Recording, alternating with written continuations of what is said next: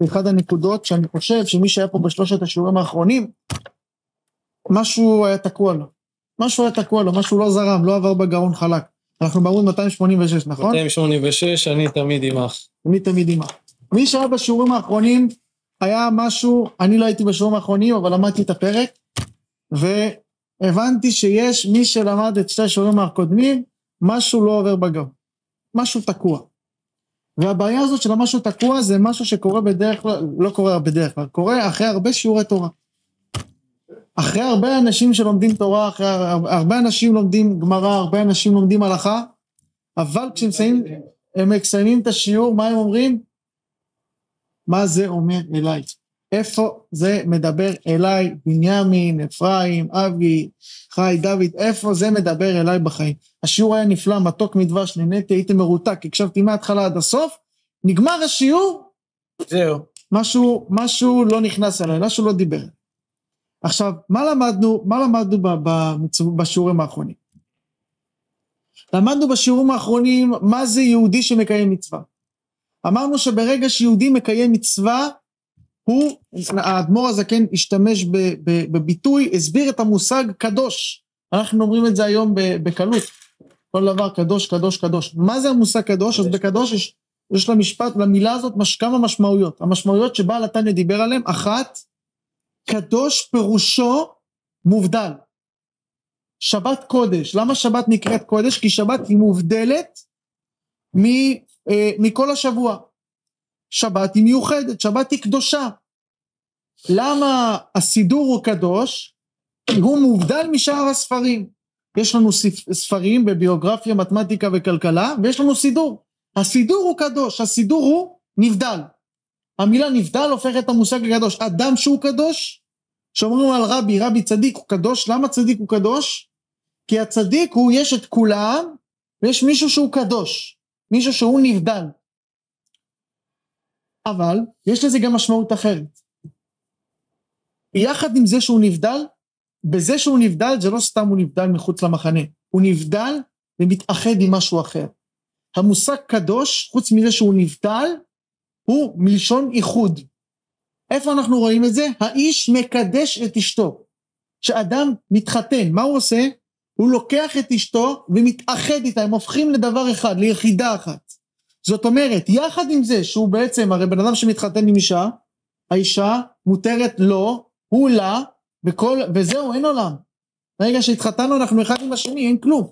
זאת אומרת, ביחד עם זה, שהאישה עכשיו היא אסורה לכל העולם, זאת אומרת, עכשיו היא נשואה לי, ואני איתה, קרה משהו אחר, היא התאחדה איתי, זאת אומרת, לא רק אסרתי, זאת אומרת, בזה שהתחתנתי עם אשתי, לא רק זה אסרתי אותה מכל העולם, אלא זה לטובת מטרה נעלית. מה המטרה הנעלית?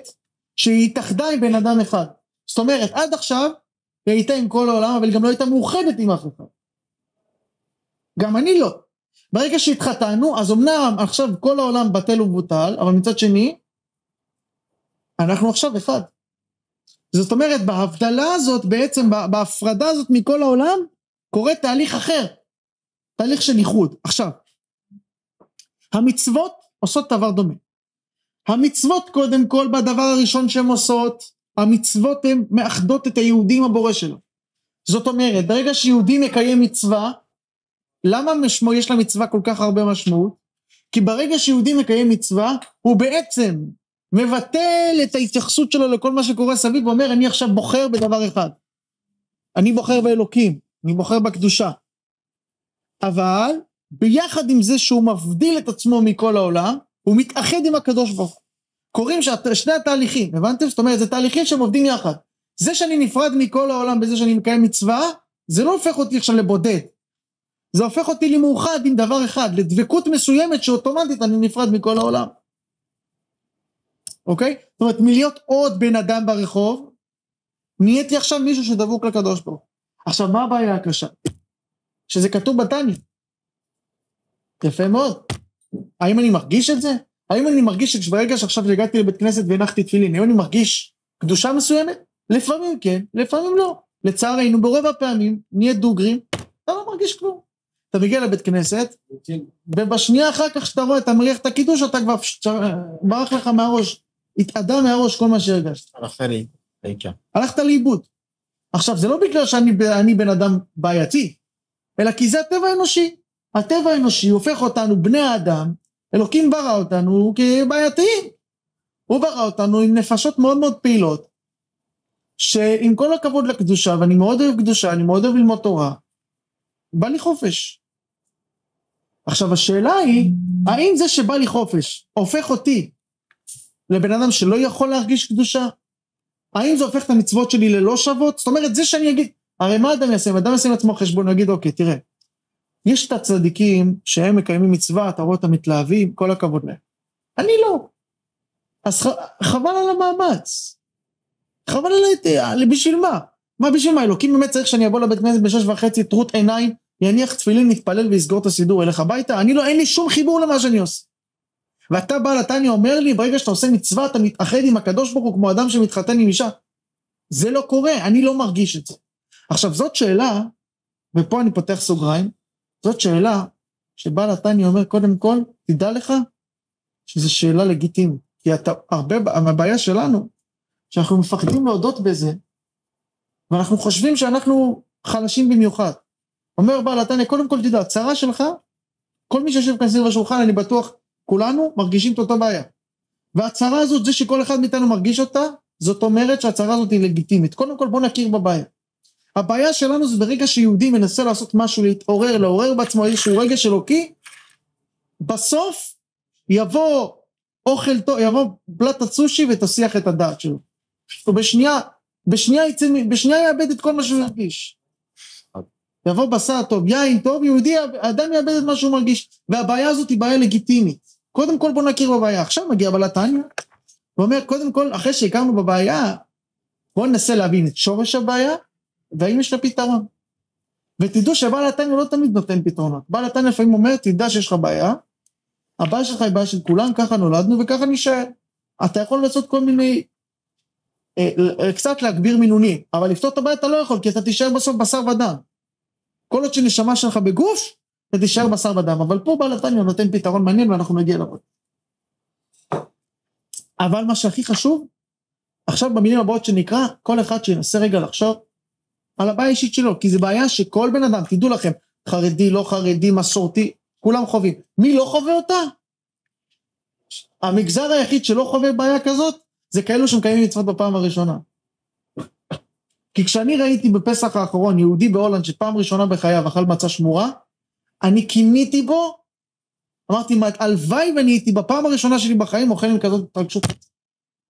הוא כל החיים שלו בליל הסדר, היה אוכל פיתות ועושה ריקודי עם, זה היה ליל הסדר שלו.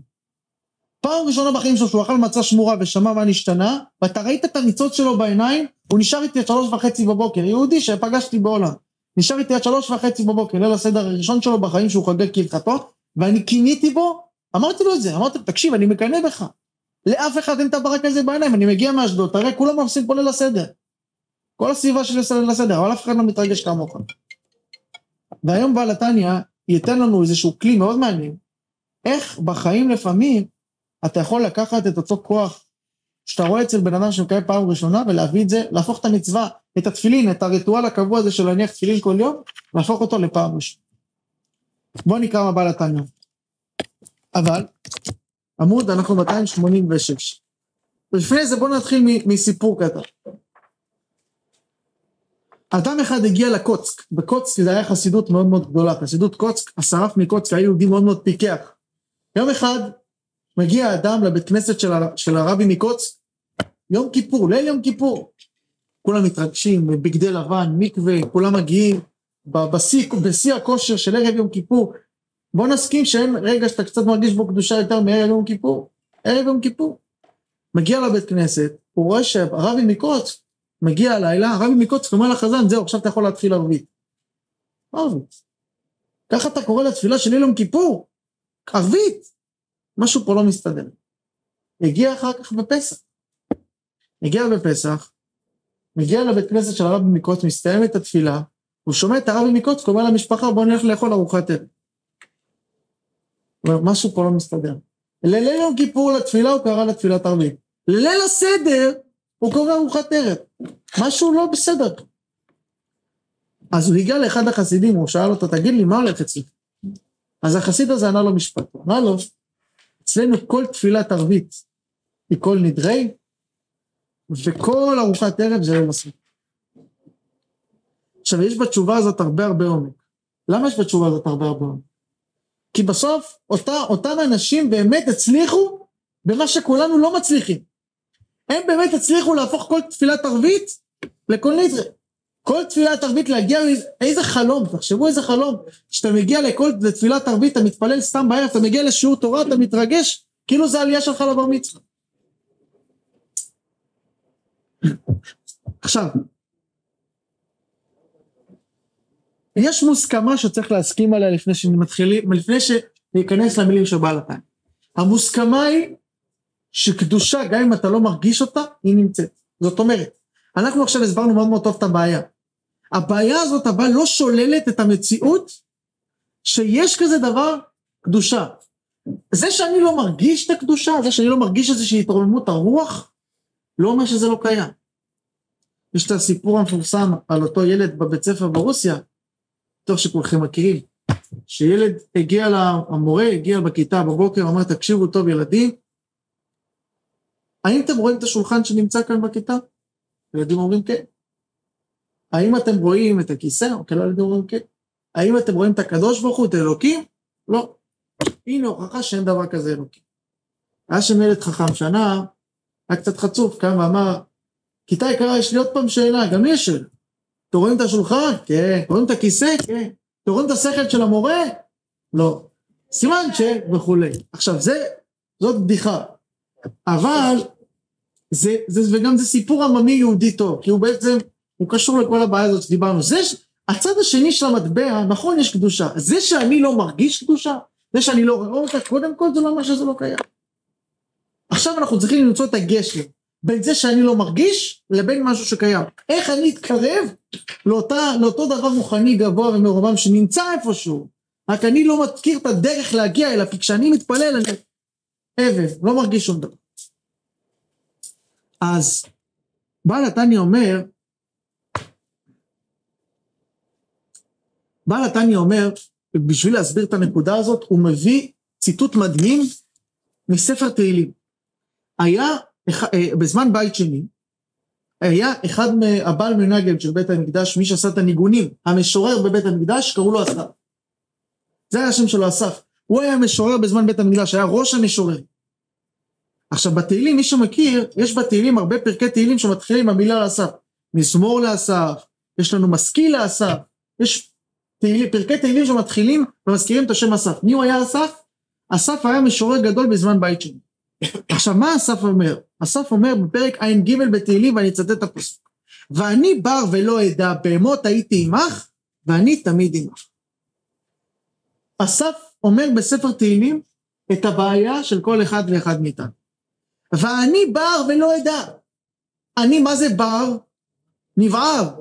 אין לי דעה, אין לי ראש, לא מבין. בהמות הייתי עמך. אני מרגיש כמו בהמה. מה המשמעות של המילים אני מרגיש כמו בהמה? בהמה, פרה שהולכת ברחוב, היא דורכת על כל מה שהיא רואה. היא יכולה לדרוך על יעלום, ויכולה לדרוך על פרי רקוב. אין הבדל, מבחינתה היא הולכת. אומר אסף לקדוש ברוך הוא, תקשיב אלוקים, אני מרגיש כמו בהמה. אין לי שום רגש לפעולה שאני עושה, אני אוכל ארוחת בוקר, ומניח תפילי עם אותה התרגשות. אבל, למרות כל התחושות הרעות האלה, מה אני יודע? אני תמיד איתך. אני תמיד עמך. זה מה שאומר אסף בתהילים. אני לא מרגיש שום דבר, אני מרגיש כמו בהמה, אני מרגיש כמו פרה שאין לה תחושה. אין לה תחושה ברגל על מה היא דורכת. אבל, למרות כל זאת, אני תמיד עמך. עכשיו, בעל התניא אומר, שהפירוש של הפסוק בתהילים, הוא המבוא להבנה של הסוגיה שהתחלנו לדבר עליה בשיר. בואו נקרא את המילים של בעל התניא. רק שאין נפשו מרגשת. אנחנו רואים את זה כולם, את המילים בפנים, המילים של בעל התניא מאוד חשוב. למה אין נפשו מרגשת? למה אני לא מרגיש את הקדושה, את היוקר של המצוות? מפני מסך החומר הגופני שלא נזדכך. הוא מחשיך עיני הנפש מראות מראות אלוקים כמו אבות וכיוצא בהם, שראו עולמם בחייהם. מה לעשות? שלכל נפש, לכל אחד מאיתנו יש מסך. המסך הוא גורם מפריע. מה זה דוגמה למסך? משקפי שמש. משקפי שמש זה משהו שאני שם על העיניים בשביל לחסום את קרני השמש שלא יסתנוורו אותי. כי השמש היא חזקה, היא מהירה בכוח. אני שם משקפיים כדי לחסום. לנפש של כל אחד מאיתנו יש משקפי שמש. למה יש לו משקפי שמש? אבל זה משקפיים, זה לא משקפי שמש עדין שאתה רואה. זה משקפיים אוטומות. למה יש לכל אחד מאיתנו משקפי שמש? כי בסוף אלוקים ברא אותנו בשר ודם. אלוקים ברא אותנו בני אדם, שאוהבים לאכול, אוהבים לישון, אוהבים לטייל, עם כל הדברים, עם כל הפרטים האלה. אבל הפרטים האלו שאלוקים ברא אותנו, גרמו לזה שמצד אחד, אנחנו נהנה בחיים, מהצד השני, אנחנו נהיה אטומים להרבה דברים אחרים. לדוגמה, הרעיון הזה של אטימות קיים בכל דבר. אדם שחס ושלום, העורק שלו אטום, לא מגיע אדם ללב. אדם שהאף שלו סתום, לא יצליח לנשום. האטימות גורמת לזה שאור, שההשפעה לא תיכנס פנימה. הנפש שלנו היא מאירה באור יקרות, יעלום בוהק. הכיסויים והמגנים שיש על הנפש, הם חוסמים. עכשיו, זאת הבנה פשוטה. איפה אנחנו רואים את זה בפעם הראשונה? וזהו שאמר אסף ברוח הקודש. בעד כל כנסת ישראל בגולה, אסף, כמו שאמרנו, היה משורר, הוא כתב פרקי תהילים שמדברים בעיקר על עניין הגלות, לעניין של הירידה בגלות.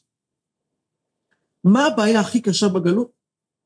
גלות זה לא רק זה שלצערנו הרב יהודים נהרגים כל יום, ושיש אסונות, ושיהודים חולים, זה לא הגלות. זה גם גלות, אבל בראש ובראשונה גלות זו אטימות. אדם שנמצא בגלות הוא אטום, הוא חסום, הוא מלא במסכים. אחד המשלים המעניינים על זה, זה משפחה שזרקו אותה לבור. המלך החליט שמשפחה תשב בבור. מה קרה לה בבור? עכשיו בהתחלה המשפחה הייתה בחוץ, ראתה אור יום, ראתה הכל, היה מאוד קשה בבור, אבל חלפו ימים, נולד להם ילדים שגדלו לתוך מציאות של חושך בבור. יום אחד, מגיעים אליהם, אומרים להם, המלך מת, אתם יכולים לצאת לחופשי. הם מסתכלים החוצה, פעם ראשונה בחיים שלהם רואים אור שמש, מה הם אומרים? לא רוצה. מפחיד אותי לצאת החוצה, אני כל החיים שלי, מאז שאני תינוק, נולדתי למציאות חשוכה, אני רואה רק בור סביבי, אתה מוציא אותי לבחוץ, אני יודע איזה סכנות יש לי שם, מה מחכה לי בחוץ, לא רוצה לצאת החוצה. האטימות היא הגורם המרכזי שבגללו אנחנו לא רוצים את הגלות. ומזה גם משתלשל כל השאר, אבל קודם כל, זה שיש עלינו כיסוי ומגן, זה המצב גלות. הגלות התודעתית, שאתה לא מודע לזה, שאתה נמצא במצב בעייתי, היא הגורם הבעייתי. לכן, למה ידיעת המחלה חצי תרופה? כי למה אם אתה יודע מה החולי שלך, אתה כבר עשית חצי מהדרך? כי אם כבר יצאת מהגטו הזה של המחשבה, הצלחת להשתחרר מהגטו הזה שאתה, הכל בסדר, ואוקיי, יש לי בעיה, כבר עשית התקדמות מטורפת. כי בנורמלי, אדם מאוד מאוד חסום. מאוד קשה לשנות בן אדם. מאוד קשה לשנות טבע של מישהו. לא?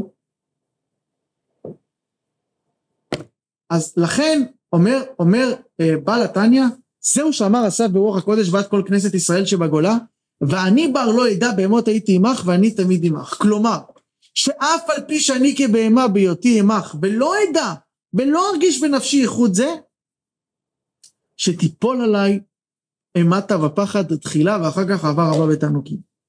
או כרשפי אש, כמידת הצדיקים, וכנודע שדעת ולשון הרגשה בנפש והוא כולל חסד בגבורה.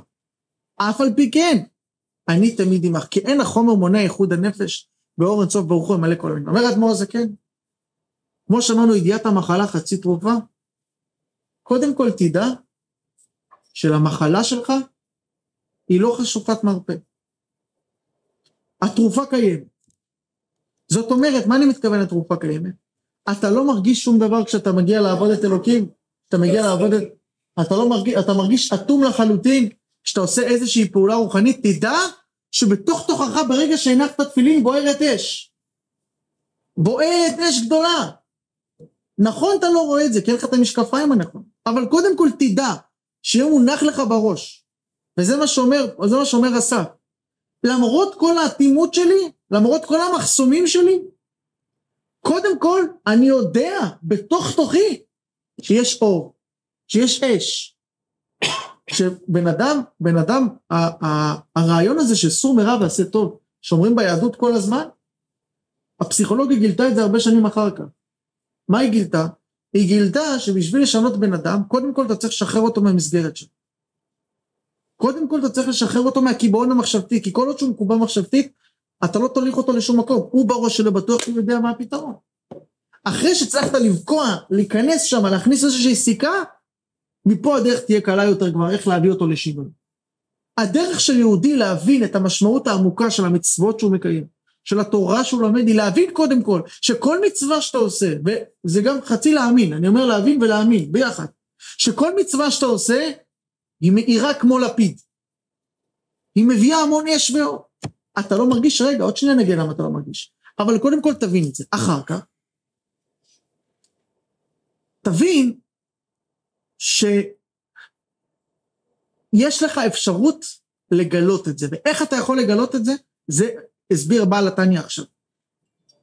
כשרוצים לפעמים לבחון קשר, כשרוצים לבחון קשר בין דברים, אפשר להסתכל על קשר באופן חיובי, אפשר להסתכל על קשר באופן שלילי. למשל, יש אבא ובן שהקשר שלהם הוא לא חיובי. הם רבים כל היום מהבוקר עד הערב. אבל כשחס ושלום הבן קורא לו משהו, הוא נפצע, פתאום אתה תראה את האבא מתחבר אליו. זאת אומרת, שלפעמים הגילוי, הקשר מתגלה בנקודה שלילית. דווקא לפעמים יש קשר שהתגלה בנקודה חיובית, שאני מאוד מאוד אוהב את הבן שלי וניתן לו הכל, לפעמים זה יתגלה דווקא מכיוון שלילי. אני לא אוהב אותו, אני לא רוצה, אבל קרה לו משהו, רגע, פתאום הכל מתאפס. השליליות היא זו שמובילה אותה. אבל, ודוגמה נוספת, יש לי משהו בבית, שאני לא מתייחס אליו יותר מדי, אבל ברגע שהוא יישבר אני אתעצבן, למה? לא התייחסת אליו יותר מדי, לא. הזווית השלילית היא זו שגילתה איזשהו נקודת חיבור ביני לבין החפץ. אומר אדמו"ר הזקן, שימו לב למהלך שלו, אומר אדמו"ר הזקן, שים לב, לפעמים הקשר שלך עם הקדוש ברוך הוא, אם אתה לא מצליח לגלות אותו בטוב, להאמין שבאמת כל מצווה שלך היא לפיד, תתבונן רגע בצד השלילי. תתבונן רגע בעונש שהקדוש אלוקים נותן. למה תתבונן בקשר של אלוקים, בעונש שאלוקים נותן? לא בגלל שאלוקים הוא חס ושלום רע, הוא מעניש יהודי, לא. כי לפעמים אם תתבונן בנקודה השלילית, אולי משמה זה יהיה כיוון שתצליח לפתוח את אותו פתח ברגש שלך עם אלוקים. זאת אומרת, עכשיו בדרך כלל אדמו"ר הזקן לא משתמש ברעיון כזה, אבל כאן בפרק הזה אדמו"ר הזקן נותן לנו איזשהו כלי מאוד מעניין, איך אדם יכול לפתח בתוכו רגשות עדינים יותר, רגשות קצת יותר מרוממים מהשלב הרגיל. אם אתה לא מצליח בחיובים, אתה לא מצליח באמת להרגיש את זה בצד הטוב, תתבונן בצד השלילי. מה זה תתבונן בצד השלילי? שאלוקים יכול להעניש. עכשיו, למה אלוקים מעניש? הוא מעניש אותי כי בסוף החיבור בינינו הוא כל כך עמוק, שהוא כמו אבא ובן. אבל הנקודה של העונש היא בסוף לגלות את הקשר מזווית אחרת. אם לא מזווית החיובית, אלוקים אומר לפעמים, אולי צריך מזווית, אולי מצד שני זה יעבוד. כי מצד הרגיל, אתה כל כך בטירוף של החיים, אתה לא שם לב לשום דבר. אז אלוקים נותן לך את זה מהצד השני. אבל בסוף המטרה היא אותה מטרה. זאת אומרת, המטרה של החיובי, של כמה אלוקים הוא גדול, כמה כל מצווה מגלה בי אור, המטרה של זה והמטרה של העונש, היא מטרה זהה. המטרה הזהה היא לתת בנו איזשהו סדק, לפתוח בנו איזשהו ניצוץ. לצערנו אנחנו רואים שלפעמים דווקא בכיוון השלילי זה עובד. פעמים אתה רואה יהודי שדווקא חס ושלום שקורה לו אסון, אז פתאום מתעורר אצלו איזשהו רגש. איפה? הרגש הזה הוא לא חדש. הרגש הזה הוא לא הגיע משום מקום. יש לזה מקור. המקור של זה הוא פשוט רגש שלא שמת לב אליו עד עכשיו. הוא איזשהו נקודת חיבור שלך עם אלוקים, שעד עכשיו התעלמת ממנה. ופתאום מתגלה אצלך איזשהו ניצוץ שאתה לא הכרת. אבל אם אתה מבין שהנקודה הזאת שהתגלתה אצלי היא לא באה משום מקום, היא באה לי בנקודה מאוד עמוקה שקיימת אצלי, אז ההסתכלות שלך זה משתנה. מה נדמיין? כי בסוף המטרה היא זהה. המטרה היא אותה מטרה. עכשיו, שימו לב למשהו מעניין. אם יש אדם שהוא צדיק גדול, כל היום לומד תורה, כל היום מתפלל, והוא הגיע לפסח, לא עמד בפיתוי, ראה בורקס, ואכל חמץ אפס. ויש אדם פשוט, שלא שומר שום דבר. לא לשומר. והוא אכל בורקס בפסח. של מי העבירה גדולה יותר? תודה. לבן אדם ששומר כל היום. יפה מאוד. העבירה, מצד ההיגיון, בבסיס, אם אתה צדיק, עוד מעט אני אגיע לכל מה שישר יגידו צדיקים מדקדקים. רגע, אם אתה צדיק גדול יותר, אז כנראה העבירה שלך שוקלת יותר קילו. אתה בן אדם גדול. זה לך היה אחרת. אבל התורה, אחד מהנקודות המהפכניות שחסידות עשתה, ובעל שם טוב עשה, ובעל שם טוב חידש, זה להגיד, לבטל את המעמדות. מה פירוש לבטל את המעמדות? להגיד, שימו לב מה אלוקים אומר לנו. אלוקים אומר, שאם אתה ואתה עשיתם את אותה עבירה, ואחד צדיק, השני רשע, העונש הוא אותו עונש. למה העונש הוא אותו עונש?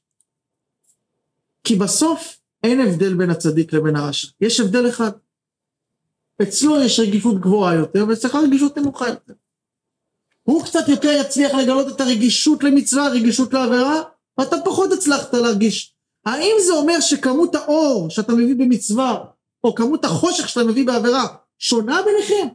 היא לא שונה. העניין הוא פשוט איזה מידה יש לך במשקפיים. או בכלל אתה לובש משקפיים. הבנתם את הנקודה? כן. היהודי הצדיק והרשע עושים את אותה עבירה. או שעושים את אותה מצווה. המשמעות של המצווה והעבירה היא אותה משמעות. מה ההבדל ביניכם? שהוא מרגיש טיפה יותר, הוא טיפה יותר. למה הוא צדיק? כי הוא טיפה יותר לראות את המשמעות של המצווה, את המשמעות של העבירה.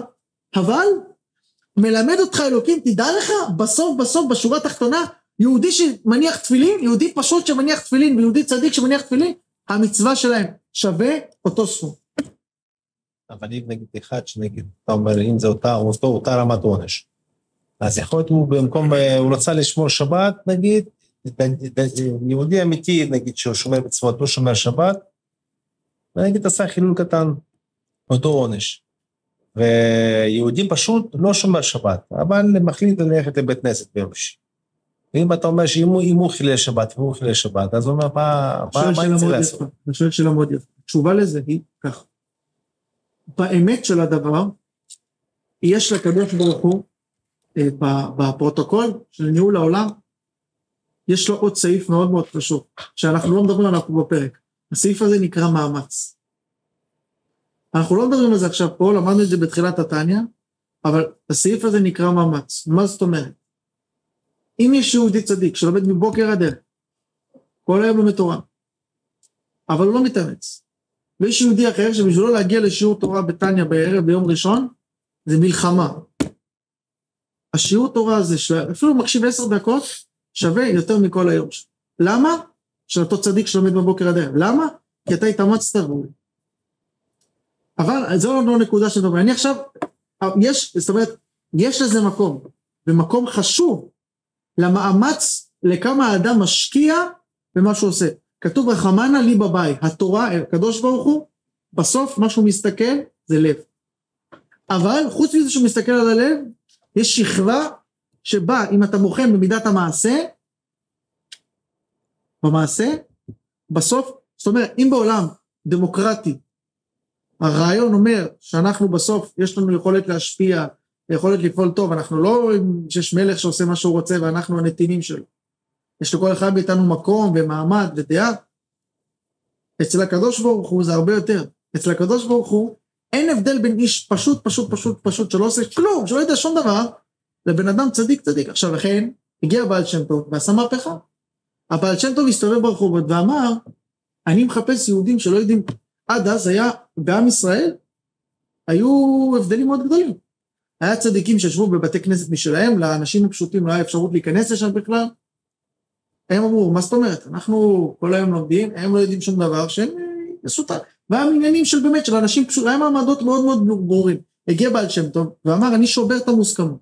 אני הולך להתפלל, הבעל שם טוב, אני הולך להתפלל עם אותם אנשים שאומרים תהילים, זה מה שהם יודעים, לא יודעים לקרוא בכלל. למה אני הולך אליהם? כי בסוף, אני יודע שהערך של המצווה שלהם, והערך של אותו בן אדם, שמאוד מחזיק מעצמו, אני גדול בתורה וצדיק, הערך של המצווה הוא אותו דבר. לא צריך פה. רגע, אתה צודק, אנחנו תכף נדבר על זה. אבל קודם כל בוא נבין רגע את הנקודה. למה אני אומר את הנקודה הזאת? למה זה חשוב? זה חשוב להבין לאותה תודעה, לאותו מחשבה שאומרת, למצווה שלי יש משמעות. אני לא מרגיש אותה, וזה ההבדל ביני לבין הצדיק. אני לא מרגיש אותה. זה נכון. אגב, זאת הייתה הטענה של קורח על פי חסידות, כן? מה הייתה הטענה של קורח? מה הטענה של קורח הייתה? אני אפתח סוגריים. לא ולא לי. לא, אני אפתח רגע סוגריים, אם העלית את זה. שקראנו בשבת, קורח מגיע למשה רבינו, ואומר מדוע תתנסו. למה קורח אומר מדוע תתנסו? כי קורח הגיע עם הטענה הזאת בדיוק. קורח אומר למשה רבינו תקשיב. ופה צריך להבין עוד נקודה מחסידות. אנחנו היינו במדבר. במדבר למדנו תורה מבוקר עד ערב. לא רצינו להיכנס לארץ. חסידות הסבירה למה עם ישראל לא רצה להיכנס לארץ. יודעים למה? לא בגלל שהוא לא אהב את הארץ והוא פחד מדברים שלי. כי הוא רצה להמשיך לחיות טוב. הוא אחד בבועה, היה לו טוב. הגיע משה רבינו ואומר, לא, עם ישראל, תקשיבו, מהיום, אין כבר משמעות, אין כבר, התפקיד שלכם הוא לא כולל לשבת באותה בועה וללמוד תורה. מה התפקיד שלכם לעשות? דירה בתחתונים, להתייגע, להתמודד עם העולם. הגיע קורח למשה רבינו ואומר לו, משה רבינו, אם המשמעות בסוף היא העיקר, זה המעשה בפועל, ואותה שורה תחתונה, אז מה ההבדל בינינו? למה אתה עושה, אתה ואני עושים את אותה מצווה, ואתה צדיק ואני לא. מה התשובה לקורח? מה שלמדנו פה בתניא. גם נכון אמנם, שיש במעשה, בשורה התחתונה המעשה הוא אותו מעשה. אבל, לא במחשבה. לא במחשבה. ההרגשה והמודעות למצווה שנמצאת אצל משה רבינו, לא נמצאת אצל האדם האנושי. זו התשובה שבא לזה. עכשיו, בוא נקרא את המילים של בעל התניא בפה. אומר אדמו"ר הזקן, אגב, פה אתם תבינו גם באמת, זו נקודה כל כך יפה. זה משהו שכל כך משנה את הראש. התפיסה שאומרת, מה ההוכחה לזה שמכל מצווה שלי היא אור? זה שכל עבירה שאני עושה, שווה כמו לעבירה של הצדיק הכי גדול. מדרך השלילה. זאת אומרת, בעל התניא מגיע לנו מכיוון אחר לגמרי. זאת אומרת, תתבונן רגע. אם העבירה שלך שווה כמו העבירה של צדיק, גם המצווה שלך שווה כמו מצווה של צדיק. אבל זה לא מובן מאליו. נכון? יש דין אחד שעושה את זה כמעט בשוגג, ואחד שעושה את זה במזיד. זה מה שהוא אמר. יש דין של תינוק שנשבר, אז זה לא דורש בסוף. אתה צודק שיש לנו פה הרבה יוצא מן הכלל, וגם כתוב שצדיקים, הקדוש ברוך הוא מדקדק איתם כחוט השערה, שקדוש ברוך הוא עומד איתם על כל... כן. אם לא מדברים על עבירות, להגיד עכשיו יש מישהו שעורד בכוונה. שמה? אם יש מישהו שעורד בכוונה, אבל יש בן אדם שהוא הרג בן אדם בגלל שבן אדם שהורג רצה לעבור אותו. כאילו, מכבד נקרא לזה ככה. אז זה לא בעיה, כתוב, הבא להורגך השכם להורגך. אז זה לא משהו כעבירה? ממש לא. פוך, אם מרק את המחבל, הצלת יהודי. לא, כי הוא בא אליך, הגנה בפועל, זה ממש בספורט. אתה הצלת יהודי בזה, אבל זה שאלה יפה. בעצם, אם אתה עושה פעולת הגנה, כמובן שאם זה יהודי, אתה יודע שאתה יכול להתמודד איתו בדרך אחרת, אסור לך להרוג אותו. אבל אם זה אדם שיודע שהמטרה שלו זה להרוג כמה שיותר יהודים, מצווה להרוג. עכשיו בוא נמשיך הלאה. אתה צודק בשאלה שלך, בסוף, צריך להסתכל כל הזמן, מה אדמו"ר הזקן בא להגיד כאן. הנקודה שאתה אומר היא נכונה, והיא בעצם רבדים עמוקים יותר, אם אתה נכנס לעומק של הדברים. כרגע אדמו"ר הזקן בא להציץ פה עם שורה אחת פשוטה. השורה הפשוטה שאומרת, בלי להיכנס כרגע לכל מה שיש לנו מסביב, השורה הפשוטה שאומרת, בסוף, בשורה התחתונה, העבירה שלי שווה כמו העבירה של הצדיק, המצווה גם שווה אותו דבר. עכשיו, מעניין לתשובה שלך, כמו שאמרנו קודם, יש משמעות להרגשה של האדם. זה התשובה לקורח, יש משמעות לזה. יש משמעות למאמץ, כמו שאמר נכון, שאם אדם מתאמץ ומתייגע, יש משמעות למאמץ שלו, אבל בעומק של דבר יהודי הוא אותו יהודי, נשמה אלוקית אותה נשמה אלוקית. בוא נקרא את המילים של אדמו"ר הזקן רק שאין נפשו מרגיש, סליחה אני קורא את זה שוב, בזה יובן חומר עונש איסור מלאכה ושבתות וחמץ ופשח השווה לכל נפש. למה? לפי שאף בנפש בור בעם הארץ גמור מאיר או קדושת השבת ביום טוב ונידון בנפשו בכרת וסקילה על חילול קדושת וגם משהו חמץ או טלטול מוקצה פוגם בקדושה כמו בקדושת נפש הצדיק היא צורחת לכולנו. אומר אדמו"ר הזקן, ועם זה אנחנו מתקרבים כבר לסוף של הדברים, שים לב יהודי, שים לב, תודה רבה, התחלנו מנקודה שאומרת מה ההבדל ביני לבין, מה, אני לא מרגיש כלום, אני אטום, בעל התניא נתן לנו כלי זהב, הוא אומר, לך לצד השני, עזוב את המצוות האלה, תחשוב על העבירות שלך, העבירות שלך היא אותה עבירה, כן, גם המצווה שלך היא אותה מצווה, אבל זה מדרגה ראשונה, יש לנו מדרגות עמוקות, אבל זאת המדרגה הראשונה שצריך. הוא לי כפי של המתניה באמת, אני יודע שלצדיק אין להם, לצדיק אין עבודה בעולם הזה, הצדיק של תניה אין לה עבודה בעולם הזה, רק לבינוני יש עבודה בעולם הזה, לרשע, כאילו, אנשים כמונו, כמוך, יש להם עבודה בעולם הזה, אבל ניקח רבי, ניקח בעל שם טוב, ניקח הרב ישוע פינטו, ניקח אנשים צדיקים, הם באו כאילו צדיקים, הם באו, יש להם כאילו, כמו שרבנו בא למטרה, בוא נגיד, של להרים את הדם, זה לא שעכשיו, אתה צודק, אתה צודק ב100%, אבל אני לא דיברתי כרגע על אותם צדיקים, המעמד שלהם, אבל בסוף, גם לצדיק הכי גדול, המצווה שלו יש אותה משהו. זה החידוש הגדול של בעל התניא. גם לצדיק הגדול. זה ידוע לי, מה משתנה בינו לבין הצדיק? הרגש, כמה הוא מרגיש, כמה הכוונה, בדיוק. עכשיו, מה אומר אדמו"ר הזקן? בוא נחזור רגע למילים של אסף. אסף אמרנו שמה הוא אומר לאלוקים? בהמות הייתי עמך. הוא אומר בהמות לשון רבים. למה הוא אומר בהמות הייתי עמך? הוא בא להגיד משהו מאוד עמוק. אמרנו שהצדיק, ההבדל בין הצדיק לביני זה הטמפרטורה. כמה אני מרגיש את מה שאני עושה. אומר אדמו"ר הזקן, גם אותו צדיק שיש לו טמפרטורה מאוד גבוהה, אם אתה שם אותו מול הקדוש ברוך הוא באמת, הוא גם באמת. הרי אם ילד יודע לקרוא א' ב' ג' אתה מתרגש, אם בן אדם ל50 יודע לקרוא א' ב' ג' אתה לא מתרגש, למה אתה לא מתרגש? כי זה דבר שכולם אמרו, כולם צריכים לדעת אותו. בדיוק. בסוף, בדיוק, כמו שכתוב, וזה משפט מאוד מעניין, תכלית הידיעה שלא נדע. מה הפירוש המילים האלה? בסוף, רגש אלוקי, גם אם בטמפרטורה הכי גבוהה, אם אתה שם אותו ליד השמש, הוא נשרף. בסוף, תקחו את המשל מאצלנו. אני יכול ליצור פה מאיץ חלקיקים שמגיע בו, הטמפרטורה בו מגיעה אני לא יודע להגיד, אבל מגיעה בו לחום מאוד מאוד גבוה. לא, הרבה יותר מ1,000 מעלות.